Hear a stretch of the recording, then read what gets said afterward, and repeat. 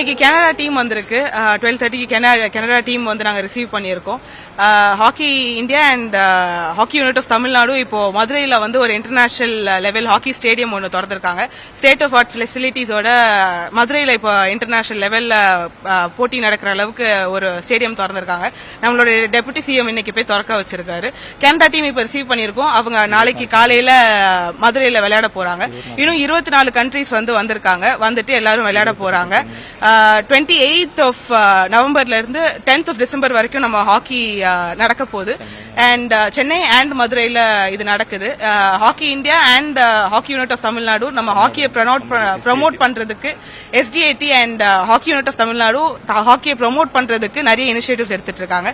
இது நம்ம கவர்மெண்ட் மூலியமா நம்மளுக்கு கிடைச்ச ஒரு பெரிய ஆப்பர்ச்சுனிட்டி. எல்லாரும் இதை கொஞ்சம் மோட்டிவேட் பண்ணி எல்லாரும் மேட்ச் பார்த்து எல்லாரும் ஸ்போர்ட்ஸ்மேன்ஷிப்பை வளர்க்கறதுக்கு இது ஒரு நல்ல ஆப்பர்ச்சுனிட்டியா இருக்கும். எல்லாரும் வரணும்னு கேட்டுக்கிறேன்.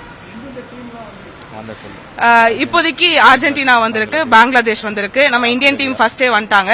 அண்ட் ஆஸ்திரேலியா வந்திருக்காங்க, இப்போ சுவிட்சர்லாந்து வர போறாங்க, நெதர்லாண்ட்ஸ் வந்திருக்காங்க அண்ட் கனடா ரிசீவ் பண்ணியிருக்கோம். நாங்க மதுரையில வந்து இப்போ அயர்லாந்து அண்ட் பெல்ஜியம் டீம் இப்போ வந்திருக்காங்க.